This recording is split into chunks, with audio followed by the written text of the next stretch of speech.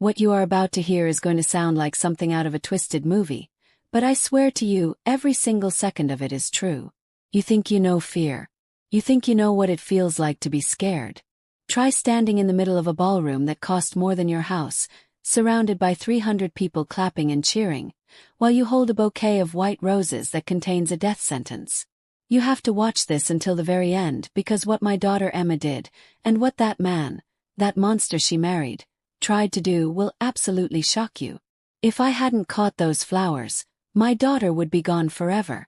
But let me back up. You need to understand how we got here. You need to understand how perfect the trap was. My name is Olivia, and I'm just a regular mom.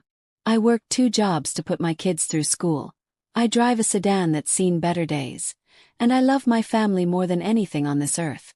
My daughter, Emma, she's the light of my life. She's the kind of girl who stops to move a turtle off the road. She has this big, open heart that trusts everyone. And that was the problem. Because when a shark smells blood in the water, they don't care how nice you are. Started about 6 months ago. Emma was working as a graphic designer in the city. She was happy, but she was lonely.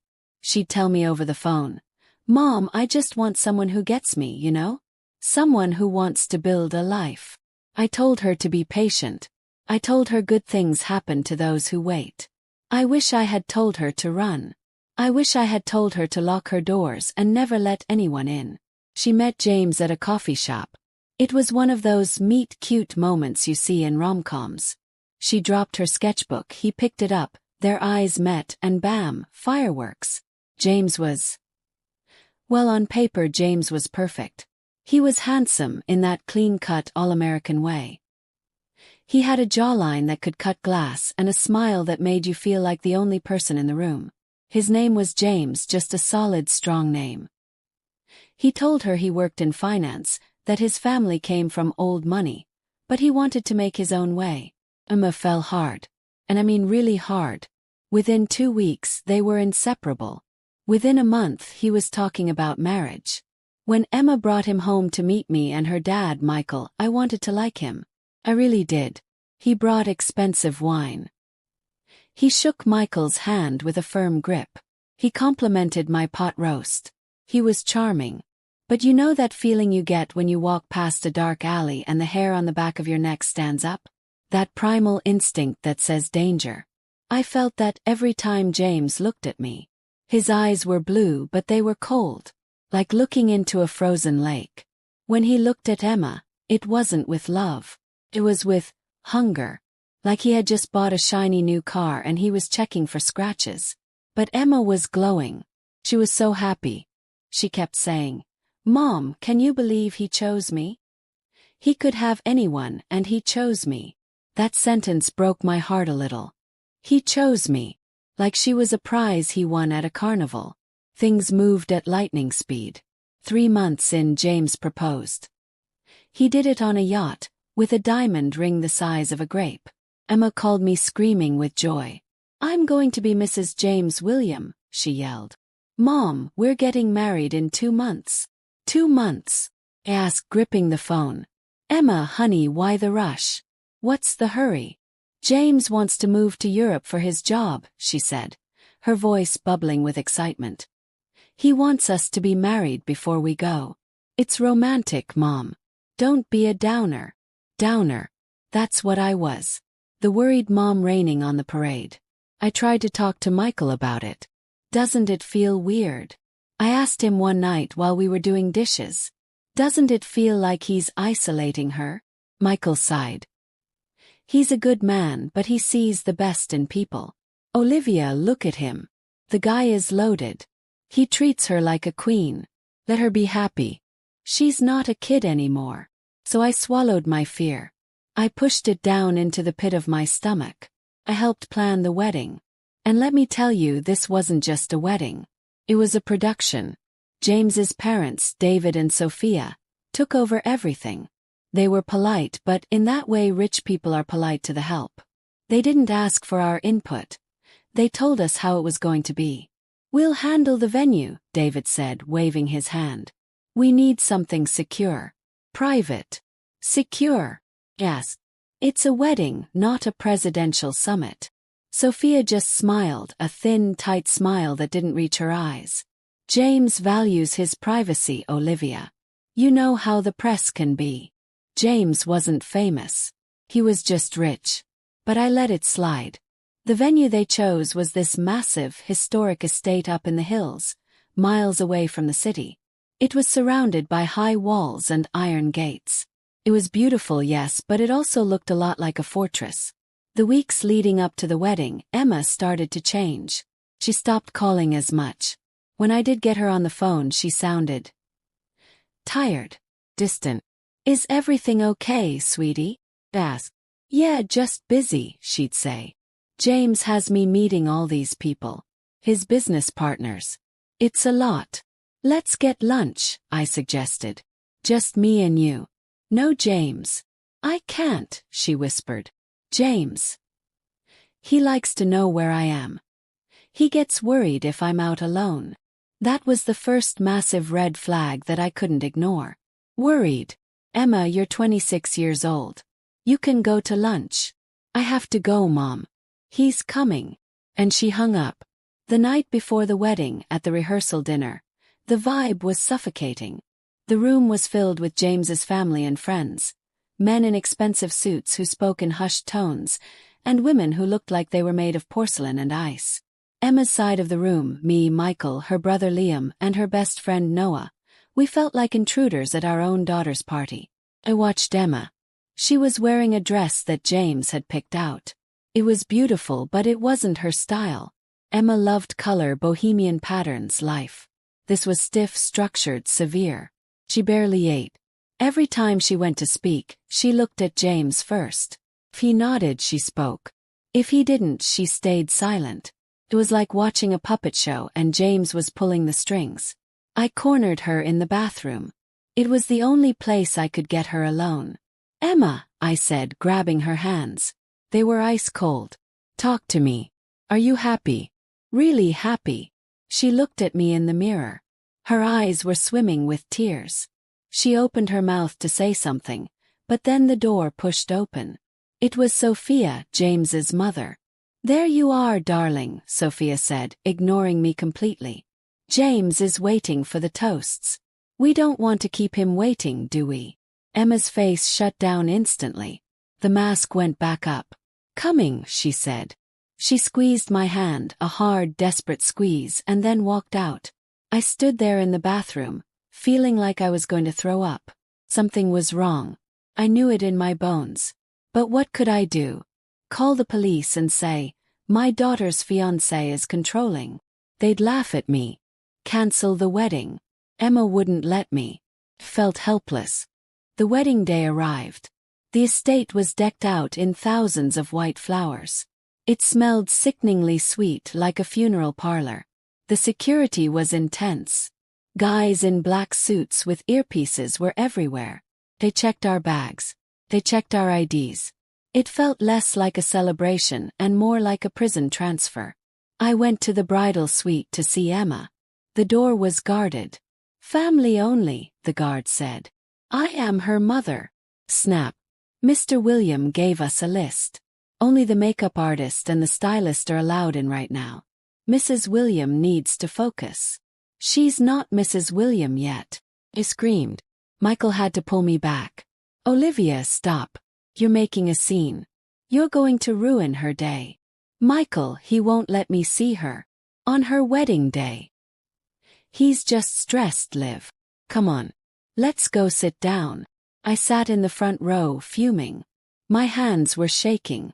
When the music started, not the wedding march but some classical piece James loved, the doors opened. Emma walked down the aisle alone. James had insisted on that. She's coming to me on her own free will, he had said. It was supposed to be symbolic. To me, it looked like she was walking the plank. She looked stunning, of course, but she was pale. Oh, pale. And she wasn't looking at James with love. She was looking at him with fear. I tried to catch her eye, to give her a smile, a nod, anything. But she was locked in a trance. The ceremony was a blur.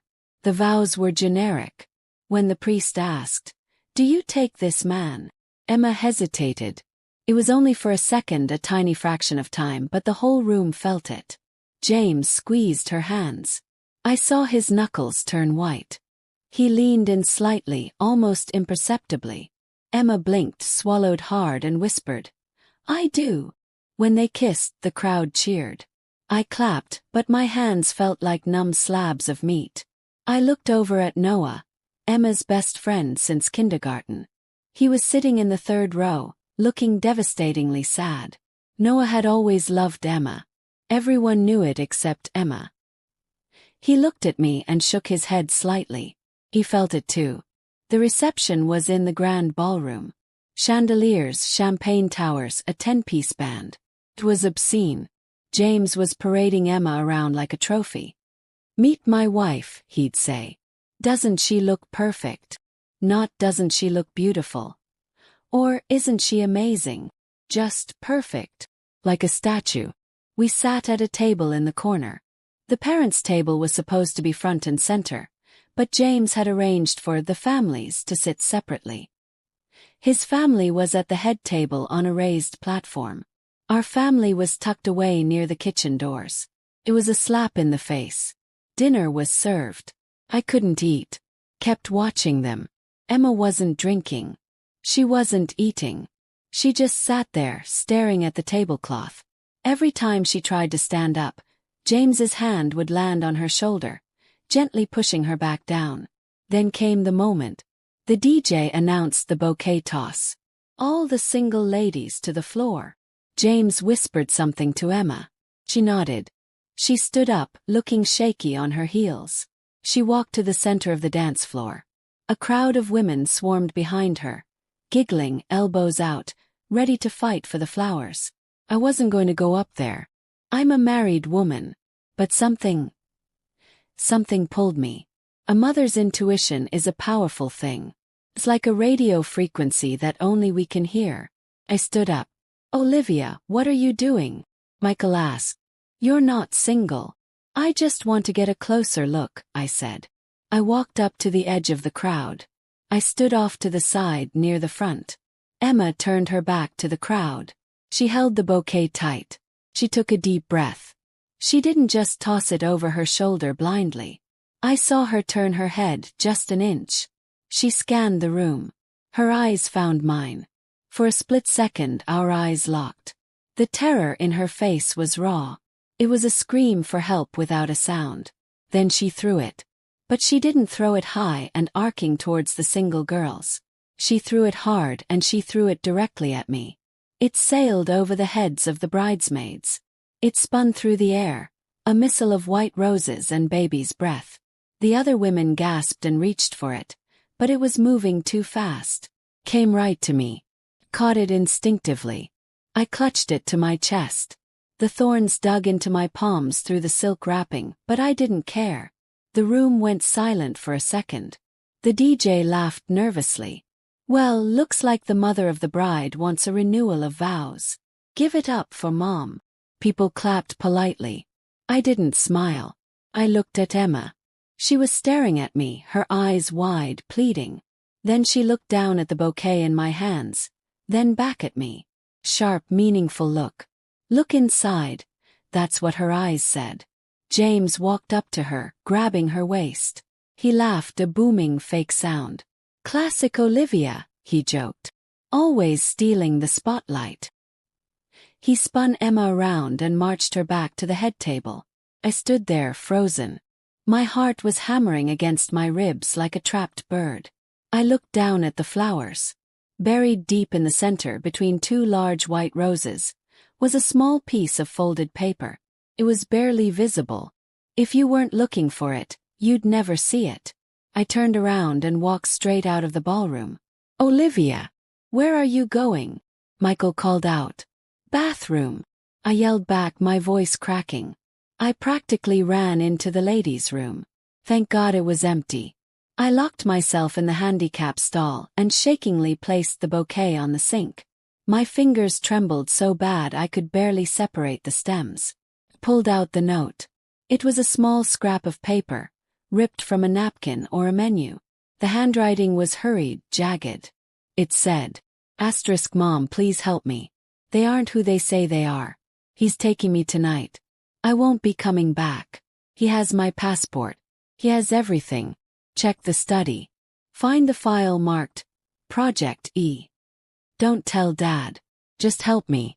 Please, asterisk. I stopped breathing. The world tilted on its axis. Asterisk, he's taking me tonight. I won't be coming back, asterisk. My worst nightmare was real. This wasn't just a controlling jerk. This was something else. Something criminal. I shoved the note into my bra. I needed to think. I needed to be smart. If I went back in there screaming, James's security would throw me out. They were everywhere. And if James knew I knew, what would he do to Emma? Check the study, the note said. The wedding was at the estate. The house was huge. The study would be upstairs or in the back wing. But there were guards. I splashed cold water on my face. I looked at myself in the mirror. Pull it together, Olivia, I whispered. You are a lioness. That is your cub. You tear this place apart if you have to. I walked out of the bathroom. I needed an ally. I couldn't tell Michael. He'd blow a fuse and go try to punch James, and that would get us all killed or arrested. I needed someone sneaky. Someone who knew the stakes. I scanned the room. Noah. I found him at the open bar, nursing a whiskey. He looked miserable. Noah, I hissed, grabbing his elbow. Come with me. Now. Olivia. What's wrong? You look like you've seen a ghost. I dragged him onto the terrace, away from the smokers. Listen to me. And don't react. I need you to be cool. I pulled the note out and showed it to him. I watched Noah's face change. He went from sad, drunk boy to stone-cold sober in 2 seconds. His jaw clenched. I knew it, he growled. I knew there was something wrong with that guy. Where is she? She's inside with him. We can't make a scene. He has security everywhere. The note says check the study. We need to find out what Project E is. Noah looked around. The study is probably in the East Wing. That's where I saw the old guys going earlier for cigars. But there's a guard at the hallway entrance. I'll handle the guard, I said. You just be ready to get in there and find that file. How are you going to handle a 300-pound security guard? Noah asked. I'm a mother at a wedding, I said, smoothing my dress. I can be very annoying. We moved through the crowd. The party was in full swing now. People were dancing to September. It was surreal. Everyone was celebrating the beginning of a life, while I was trying to save one. We reached the corridor that led to the private rooms. Sure enough, a massive guy in a black suit was standing there with his arms crossed. Noah, wait here, I whispered. I walked up to the guard. I put on my best tipsy aunt face. I stumbled a little. Excuse me, sir. I slurred slightly. I am looking for the coat room? I think I left my purse in the other room. The one with the big books. The guard looked down at me, unimpressed. Ma'am, this area is restricted. The coat check is in the lobby. No, I insisted, getting closer, invading his personal space. James told me I could leave my bag in his office. I'm the mother of the bride. Do you know who I am? I need my lipstick. I started patting his chest, acting frantic. Did you take it? Is it in your pocket? Ma'am, please step back, he said, looking uncomfortable. He took a step back and turned slightly to gently push me away. That was the opening. I saw Noah slip past him on the other side, silent as a cat. He disappeared into the shadows of the hallway. Fine. Huff. I'll go find James. I turned and walked away, my heart pounding. Step 1 complete.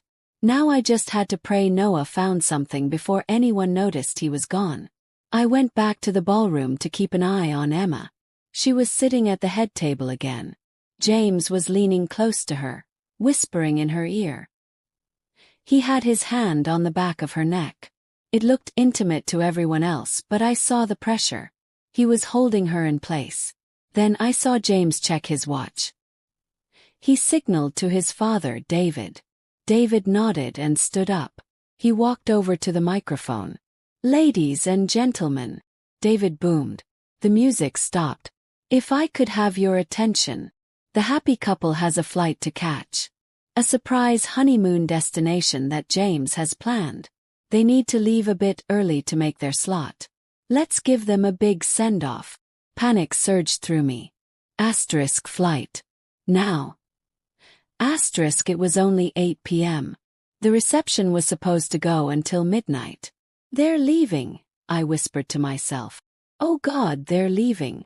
I looked at my phone. No text from Noah. The crowd cheered. "Speech! Speech!" Someone yelled. James stood up, pulling Emma with him.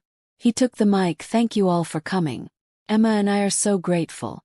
But my wife is tired, and we have a long journey ahead. We're starting our new life tonight." New life.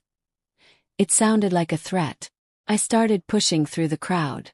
I had to stall them. I had to do something. "Wait," he yelled. "Wait just a minute."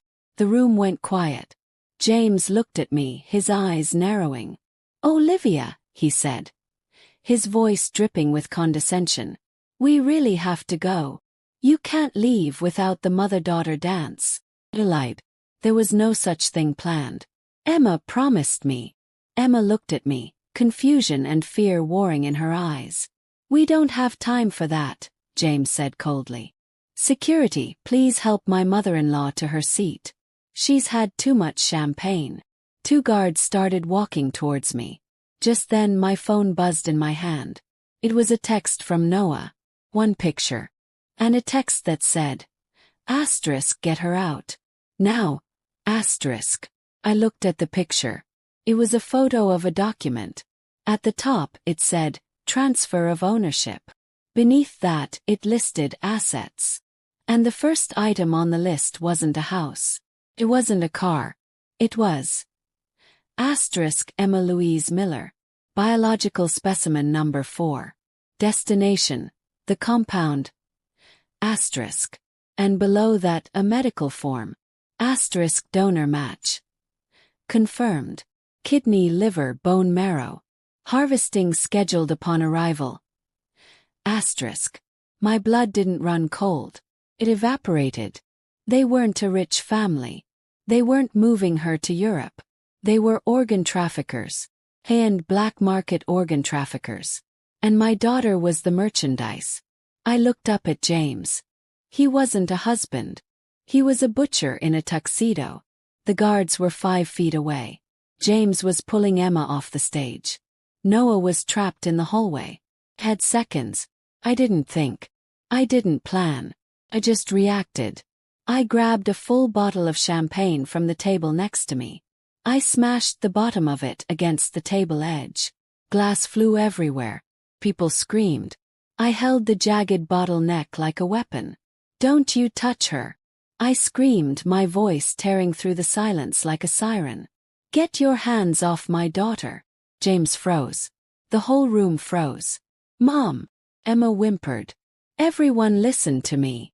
I yelled, pointing the broken bottle at James. "He's not taking her on a honeymoon. Call the police. Call them right now." James's face changed. The mask fell off completely. He didn't look charming anymore. He looked feral. "Grab her," he ordered the guards. "And get Emma in the car. Now." The chaos that erupted next was absolute madness. Here is part 2 of the script. Title: At her wedding my daughter tossed me the bouquet, and when I saw the note. Part 2 of 3. The ballroom exploded into absolute pandemonium. It was like someone had kicked a beehive. Guests were screaming, dropping their drinks, and scrambling to get away from the crazy woman with the broken champagne bottle, me. But I didn't care about looking crazy. I only cared about the 3 men in black suits rushing toward me, and the look of pure, unadulterated evil on James's face. "Grab her!" James roared, pointing at me. "She's hysterical. Get her out of here." One of the guards, a guy with a neck as thick as a tree trunk, lunged for me. I swung the jagged glass bottle wild and hard. I wasn't a fighter. I was a suburban mom who did Pilates twice a week. But adrenaline is a heck of a drug. The glass slashed the air inches from his face, and he flinched back, surprised. "Michael!" I screamed, looking for my husband. "Help, Emma!" Michael was still standing by our table, looking shell-shocked. But the moment he saw the guard try to grab me, something in him snapped. That mild-mannered accountant who loved golf and dad jokes vanished. He charged. He tackled the guard from the side, sending them both crashing into a table of appetizers. Shrimp cocktail and broken plates went flying. "Run, Liv!" Michael yelled, grappling with the guy on the floor. "Get her out of here!" I didn't waste a second. I dropped the bottle and sprinted toward the head table. James had a grip on Emma's arm that looked painful. He was dragging her toward the back exit, his charming mask completely gone. He looked like a predator dragging a kill into the bushes. "Let go of me!" Emma was screaming now, thrashing against him. She dug the heels of her wedding shoes into the floor, but he was too strong. I hit him like a linebacker. I didn't have a weapon anymore, so I used my body. I slammed into James's side with every ounce of weight I had. The impact knocked the wind out of him, and his grip on Emma loosened just enough. "Run!" I grabbed Emma's hand. "Kick off the shoes. Run!" Emma kicked off her heels and we bolted toward the side doors. Behind us, I heard James screaming orders. "Lock the gates. Don't let them leave the property. Seal it down." We burst through the double doors into the main hallway. It was empty, but we could hear heavy footsteps pounding on the marble floor behind us. "Where are we going?" Emma cried, tears streaming down her face, ruining her makeup. "Mom, what is happening?" "He's not who you think he is," I panted, dragging her along. "Noah found files. They're traffickers, Emma. They were going to sell you for parts." Emma let out a choked sob, almost stumbling, but I yanked her up. "Not now. Break down later. Survive now." We rounded the corner near the entrance, and I nearly had a heart attack when a figure jumped out from the shadows. I raised my fist to punch, but it was Noah. He was pale, sweating, and holding a set of car keys. "I got the valet keys," Noah shouted. I grabbed the first set I could find. "We have to go now. The front gate is closing." "Where's Dad?" Emma asked, looking back. "He's holding them off," I said, my voice breaking. "He told us to go." We burst out the front doors of the mansion. The cool night air hit our faces. The driveway was lined with luxury cars, but the valets were gone, probably scared off by the security team or the noise inside. "Which car?" he yelled. Noah hit the unlock button on the fob. The lights flashed on a black sports car parked right in the front row. It was James's car. Course it was. "Get in," Noah yelled. He jumped in the driver's seat. I shoved Emma into the back and dove into the passenger seat. Noah slammed the car into gear just as the front doors of the house flew open. James and 3 security guards spilled out. James pulled something from his jacket. "A gun." "Get down," I screamed. "Pop, pop, pop." 3 shots rang out. The back windshield shattered, showering Emma with safety glass. She screamed, curling into a ball on the floorboard. Noah floored it. The engine roared like a beast, and the tires screeched against the pavement. We fishtailed down the long, winding driveway. "The gate!" Noah yelled, gripping the steering wheel so hard his knuckles were white. "They're closing the gate." Up ahead, the massive iron gates were slowly swinging shut. A guardhouse sat to the left, and I could see a man inside frantically pushing buttons. The gap was getting smaller. Feet. "We're not gonna make it," Emma cried from the back. "We're making it," Noah growled. He didn't slow down. He sped up. "Noah!"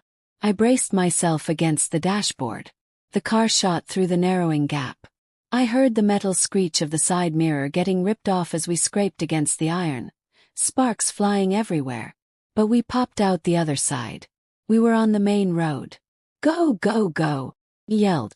Noah didn't need telling. He took the first sharp turn, the tires smoking. We were doing 80 in a 40 zone. "Check if we're being followed," Noah shouted. I looked in the side mirror. Well, the one that was left. I saw headlights. Bright, high beams cutting through the darkness. 2 SUVs. Black. West. They're behind us, said. 2 cars. They're catching up. Call the police. Masab. Mom, call 911. I fumbled for my phone. My hands were shaking so badly I dropped it between the seats. I scrambled to retrieve it, finally dialing. 911, what is your emergency? We're being chased. I screamed. My daughter was kidnapped. Well, almost. We're on Highway 9 heading south. They're shooting at us. We need help. Ma'am, calm down. Who is chasing you? James William. His security. They have guns. There was a pause on the line. Strange clicking sound. Ma'am, the operator said. Her voice suddenly different. Cold. Flat. There are no reports of shots fired at the William estate. Mr. William is a respected citizen. Are you sure you aren't having a medical episode? Froze. What? He shot at us. I have a witness. We have a flag on this number, the operator said. Is this Olivia? We have a report here from a Dr. Evans saying you've been off your medication. We're sending a squad car to help you and return you to the estate for treatment. My blood turned to ice. Hung up the phone. I stared at it in horror. What did they say? Noah asked, swerving to avoid a pothole. They own the police, I whispered. Or at least the local dispatch. James reported me as crazy. They aren't coming to help us. They're coming to take us back. What? Emma sat up, glass falling from her hair. How is that possible? Money, Noah spat. That kind of money buys everything. The judge, the cops, the mayor. That's why they felt safe doing this. They're untouchable. We can't go to the police station then, I said, my mind racing. If we stop, we're dead. We have to get out of the county. Maybe out of the state. The SUVs behind us were getting closer. One of them surged forward and bumped our rear bumper. The car jolted violently. They're trying to run us off the road. Noah yelled. Do something. Emma screamed. Hold on. Noah yanked the wheel to the right. We went careening off the paved road onto a dirt logging trail. I knew this area vaguely. We used to go camping near here when the kids were little. It was dense forest, dark and confusing. The sports car wasn't built for dirt. It bounced and scraped, the suspension groaning. But the dust we kicked up created a massive cloud behind us, blinding the SUVs. Turn off the lights, I ordered. What? I can't see. Noah argued. Do it. They're following our taillights. Turn them off and keep driving. Noah flicked the switch. The world plunged into total darkness. We were flying blind through the woods, guided only by the moonlight filtering through the trees. It was terrifying. Branches whipped against the windows like skeleton fingers. We drove for what felt like an hour but was probably only 10 minutes. Finally, Noah slowed down. We were deep in the woods now. The roar of the SUVs had faded. We stopped near an old, abandoned sawmill. Silence. Just the ticking of the cooling engine and our own ragged breathing. Did we lose them? Emma whispered. For now, Noah said. He slumped over the steering wheel, exhaling a long breath. I turned around to look at Emma. In the dim light, she looked broken. Her wedding dress was torn, stained with dirt and glass. Her mascara was smeared down her cheeks. Emma, I said softly. Are you hurt? Physically? She shook her head. Mom, the note. The file. Show me. I looked at Noah. He pulled his phone out. He had taken photos of every page before he ran. He passed the phone to Emma. I watched her face as she scrolled. I saw the moment her heart shattered completely. Specimen, she read, her voice trembling. He called me a specimen. He tracked my ovulation cycle. He has my blood work from 3 years ago. I didn't even know him 3 years ago. He's been watching you, Noah said gently. The file says they scouted you. You have a rare blood type, AB negative with a specific antigen. It's 1 in a million. His father needs a liver transplant. You weren't a bride, Emma. You were a donor. Emma dropped the phone. She covered her face with her hands and wailed. It wasn't a cry. It was a sound of pure mourning. Mourning for the man she thought she loved. Mourning for the life she thought she was starting. I climbed into the back seat and held her. I rocked her like she was a baby. "I've got you," I whispered. "I've got you. You're safe." "Dad," she choked out. "Is Dad okay?" I didn't know. The thought of Michael back there, alone with those monsters, made me want to vomit. But I had to be strong. Dad is tough. He's smarter than he looks. We have to believe he's okay. Our job right now is to survive so we can go back and get him with the FBI. The real FBI. "We need to keep moving," Noah said. "This car has a tracker. All these high-end cars do. They know exactly where we are." "What?" Sat up. "Why didn't you say that earlier?" "I was busy trying not to die." Noah snapped. "We need to ditch the car. Now." We scrambled out. The woods were freezing. Emma was shivering in her sleeveless dress. Noah took off his suit jacket and draped it around her shoulders. "There's a highway about 2 miles east," Noah said, pointing through the trees. "If we hike, we can maybe flag down a trucker. Someone who isn't on James's payroll." We started walking. It was a nightmare hike. Emma was barefoot. She had lost her shoes in the chaos. I gave her my flats and walked in my stockings. The ground was cold and wet. Every snapping twig sounded like a gunshot. We walked for an hour. Finally, we saw lights through the trees. A highway. We emerged from the woods near a rundown truck stop. It was a glorious sight. A neon sign buzzed and flickered, reading Joe's Diner and Gas. There were a few big rigs parked in the lot. "We need a phone," I said. "A landline. And we need to get out of sight." We walked into the diner. The bell on the door jingled. It was empty except for a tired-looking waitress and one trucker eating pie at the counter. They both looked up. We must have been a sight. A woman in a mother-of-the-bride dress covered in mud, a guy in a tuxedo shirt soaked in sweat, and a bride who looked like she'd been through a war. "Honey," the waitress said, dropping her rag. "You okay?" "Car accident," I lied instantly. Our limo ran off the road. "My phone is dead. Can we use your phone? And maybe get some water?" "Oh my God, you poor things. Sit down, sit down."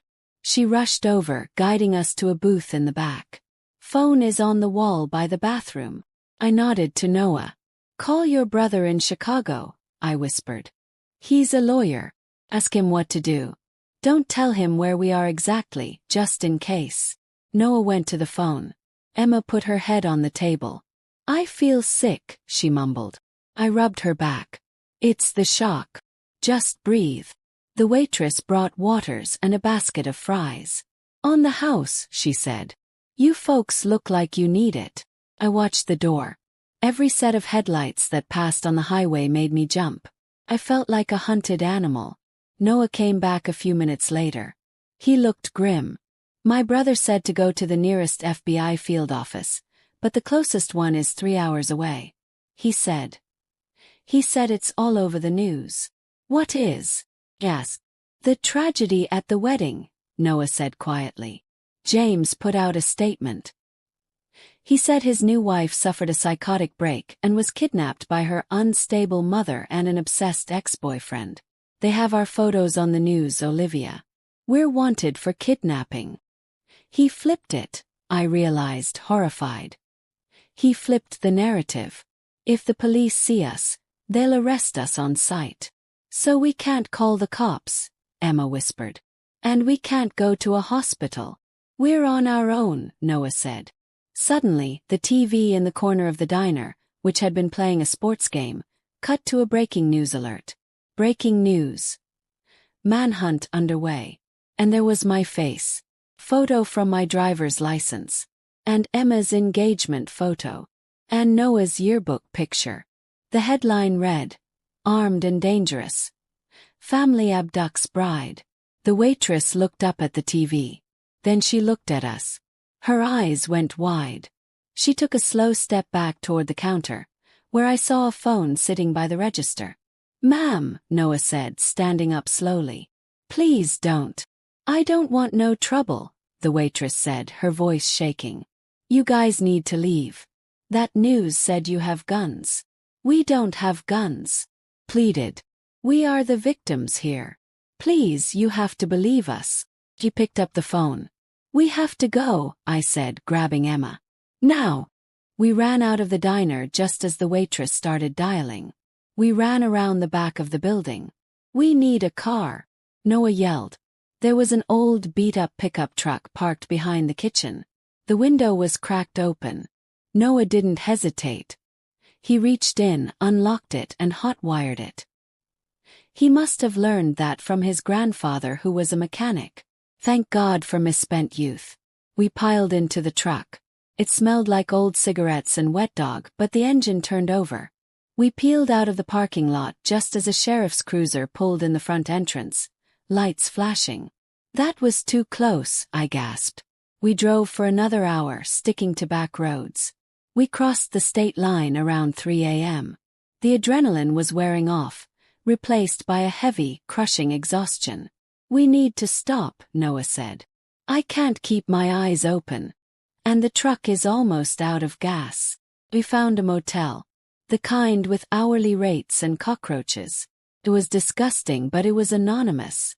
The clerk didn't even look up from his magazine. I paid with cash I had in my purse, emergency money I always carried. We got into the room. It had 2 double beds and shag carpet from the 70s. Noah pushed a dresser in front of the door. Emma collapsed onto one of the beds, still in her ruined dress. She was asleep instantly. I sat on the edge of the bed, watching the door. Noah sat on the floor, his back against the wall. "We need a plan for tomorrow," Noah said quietly. "We need to get that file to someone who matters. A judge in a different district. Or the press." "The press," I agreed.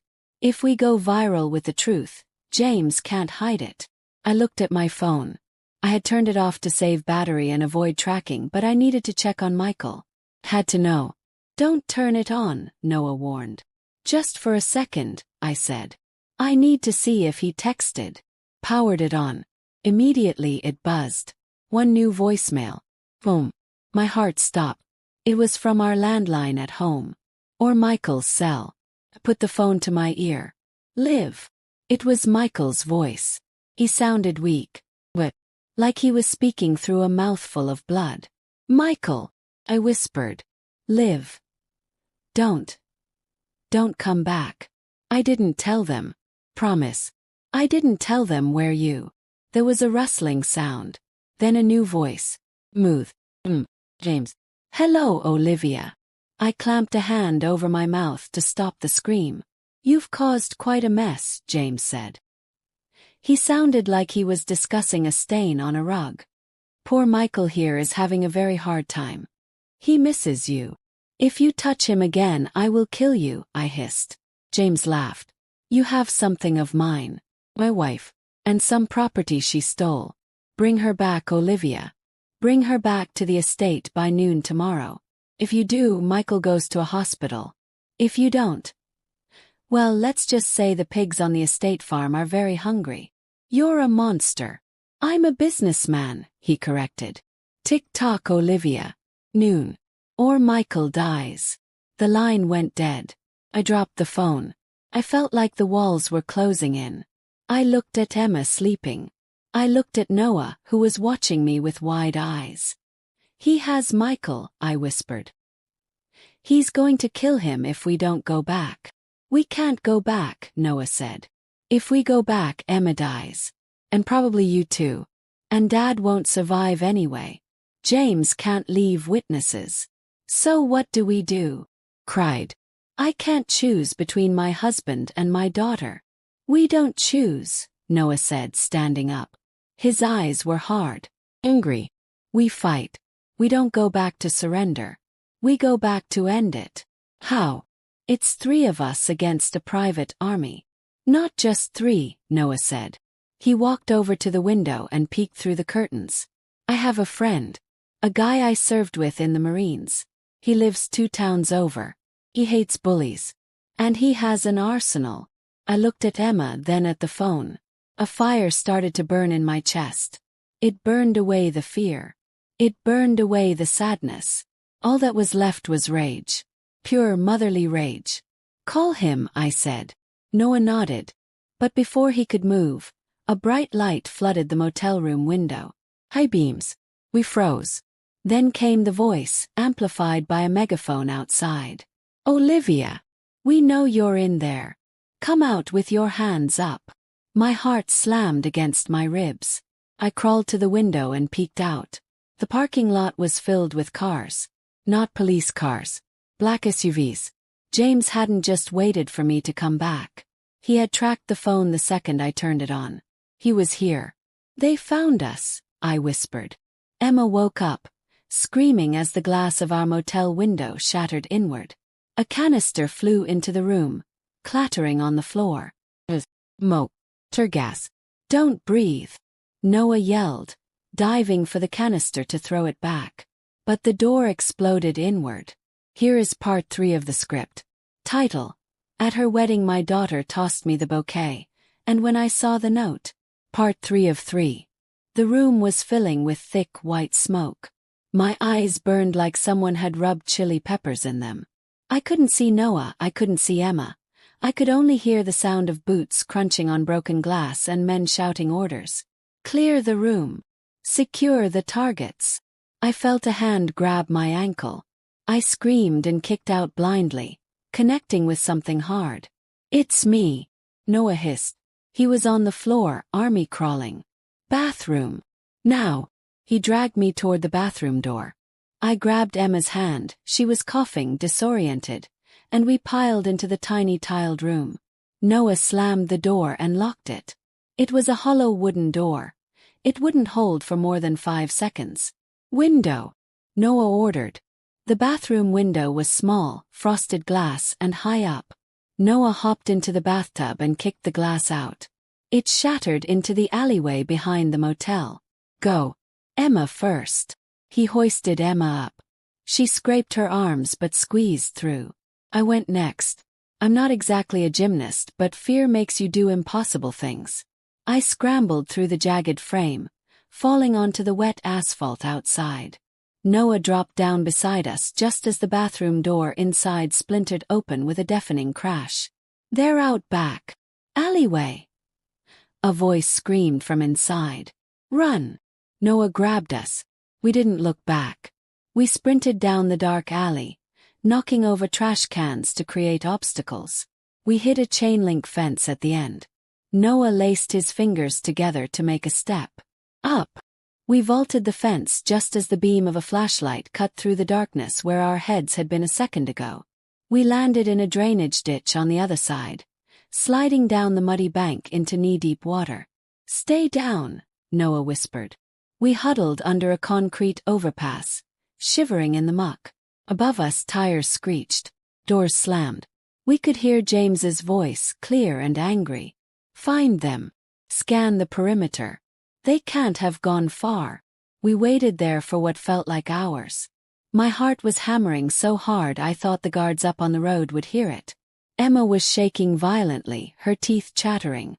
I held her close, covering her mouth with my hand to stifle her sobs. Finally, the engines started up again. The SUVs peeled away, heading toward the highway. They thought we kept running. They didn't know we were hiding in the mud right under their noses. "We can't stay here," Noah said, wiping sludge from his face. "And we can't go back to the truck. They'll be watching it." "We have to get to your friend," I said. "The Marine." We walked 5 miles in the dark, sticking to the treeline.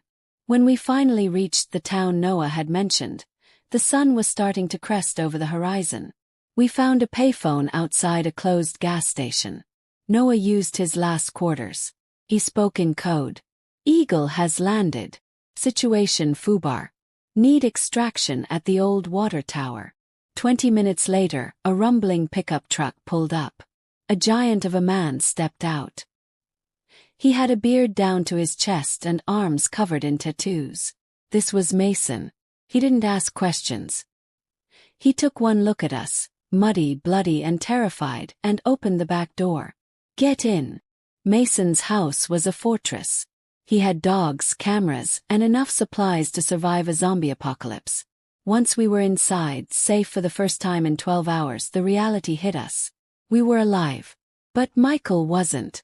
I sat at Mason's kitchen table, clutching a mug of black coffee. We have to go back, I said, my voice dead calm. Olivia, that's suicide, Noah said. He was bandaging a cut on Emma's arm.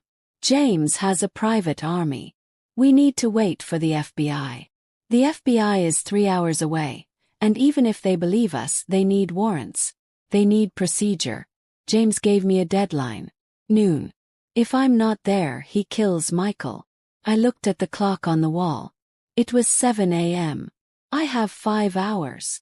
You're not going alone, Emma said. She stood up. The fear was gone from her eyes, replaced by a cold, hard anger. She looked like me. I'm the one he wants. I'm the bait. No, I said.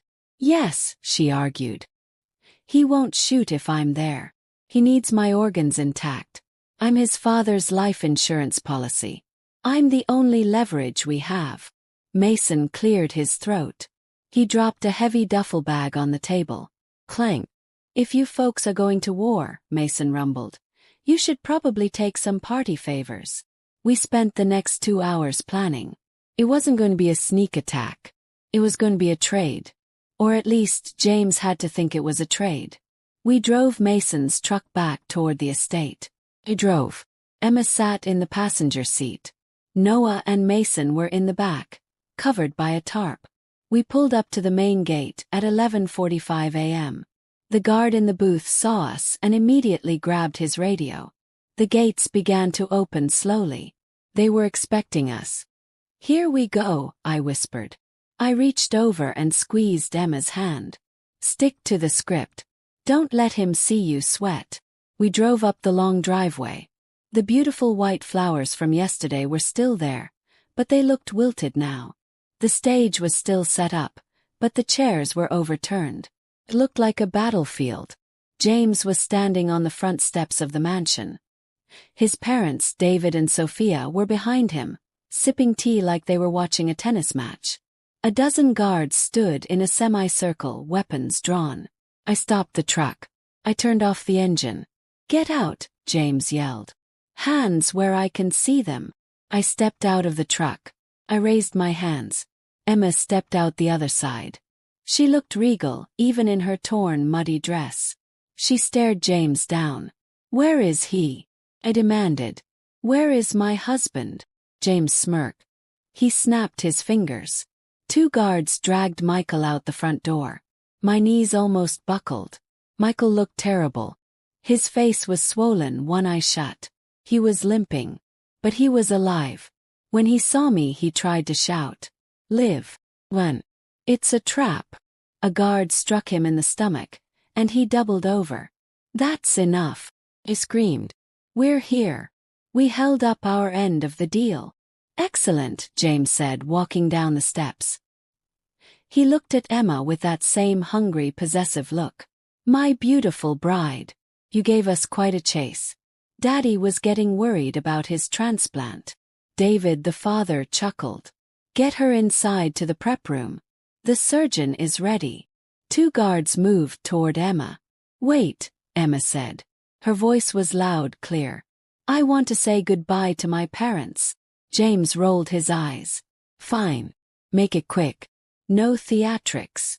Emma walked toward me and Michael. The guards let her pass, their guns trained on us.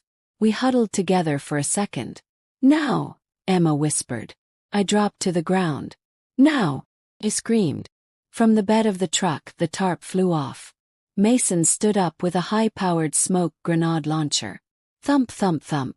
3 canisters landed in the middle of the guards. Thick, black smoke exploded instantly, blinding everyone. Move! Move! Noah yelled, leaping from the truck. The element of surprise was total. The guards started coughing and firing blindly into the air. Mason provided cover fire. Not aiming to kill, but shooting at their feet, sending up sparks and concrete. Noah sprinted through the smoke and tackled the guard holding Michael. He delivered a swift punch to the jaw, and the guy went down. Noah grabbed Michael and dragged him behind the stone pillars of the porch. "Get inside," I yelled to Emma. "The files. We need the hard copies." While Mason and Noah held the front line, creating chaos, Emma and I didn't run away. We ran into the house. James had retreated inside the moment the shooting started. We burst into the foyer. It was empty. "The study," I said. "East wing." We ran down the hallway. My heart was in my throat. We kicked open the door to the study. And there he was, James. He was frantically shoving papers into a shredder. He looked up, his eyes wild.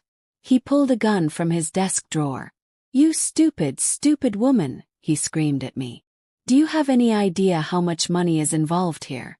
You think you can stop us?" He raised the gun, aiming right at my chest. I didn't have a weapon. I only had a mother's rage. I looked around. On the desk, there was a heavy bronze bust of Julius Caesar. James clicked the safety off. "Goodbye, Olivia." "Hey!" Emma shouted. James flicked his eyes to her for a split second. That was all I needed. I grabbed the bronze bust and hurled it. It wasn't a graceful throw. It was a desperate, two-handed heave. The heavy metal statue hit James square in the shoulder. The gun fired, but the shot went wide, shattering a window. James howled in pain and dropped the weapon, clutching his shattered collarbone. Emma didn't hesitate. She lunged for the gun on the floor. She picked it up and pointed it at him. Her hands were shaking, but her aim was true. "Don't move," she growled. "Give me a reason, James. Please give me a reason." James fell back into his chair, pale and sweating. "Emma, baby, listen to me. We can work this out. Can give you half. Millions of dollars. Just put the gun down." "I'm not your baby," she said. "And I'm not your spare parts." I ran to the desk and grabbed the stack of files he hadn't shredded yet. I flipped them open. It was all there. Lists of donors. Bribes to judges. Illegal medical facilities. It was a roadmap of corruption. "We got it," I said. Suddenly sirens. Lots of them. But these weren't local police sirens. These were different. Louder. And then, the sound of a helicopter chopping the air above the house. A voice boomed from a megaphone outside. "This is the FBI. Drop your weapons. The estate is surrounded." James's face crumbled. He knew it was over. Noah's brother had come through. The cavalry had arrived. 10 minutes later, I watched from the front steps as James, David and Sophia were led away in handcuffs. They didn't look like royalty anymore. They looked small. Pathetic. Medics were tending to Michael on the lawn. I ran over to him. "Michael!" I dropped to my knees. He opened his good eye and grinned through bloody teeth. "Did we win?"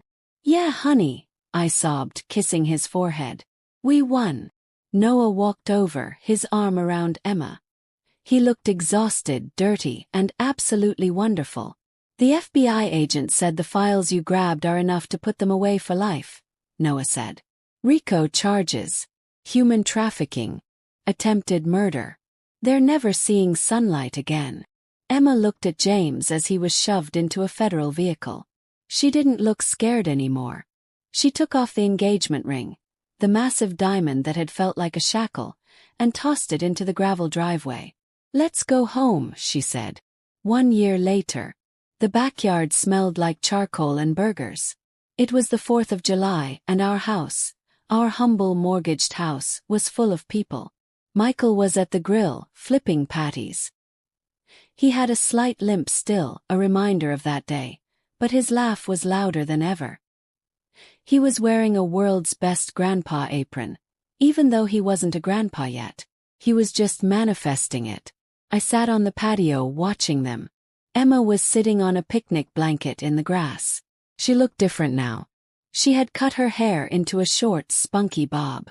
She was wearing a sundress, bright yellow, her favorite color. She was laughing at something Noah said. Noah. He hadn't left her side since that day. They weren't rushing things. There was no big wedding, no diamond rings. Just quiet mornings, long walks, and a trust that ran deeper than the ocean. I watched as Noah reached over and tucked a strand of hair behind Emma's ear. She leaned into his touch. They were happy. Truly peacefully happy.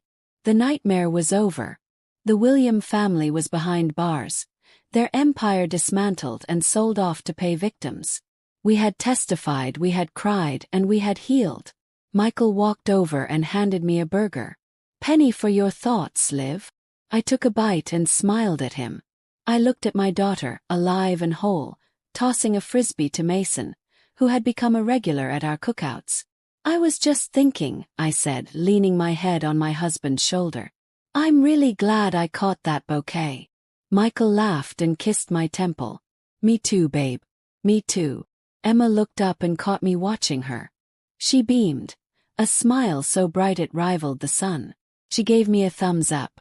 I took a deep breath of the summer air. Smelled like freedom. And for the first time in a long time, I knew that everything was going to be exactly, perfectly okay.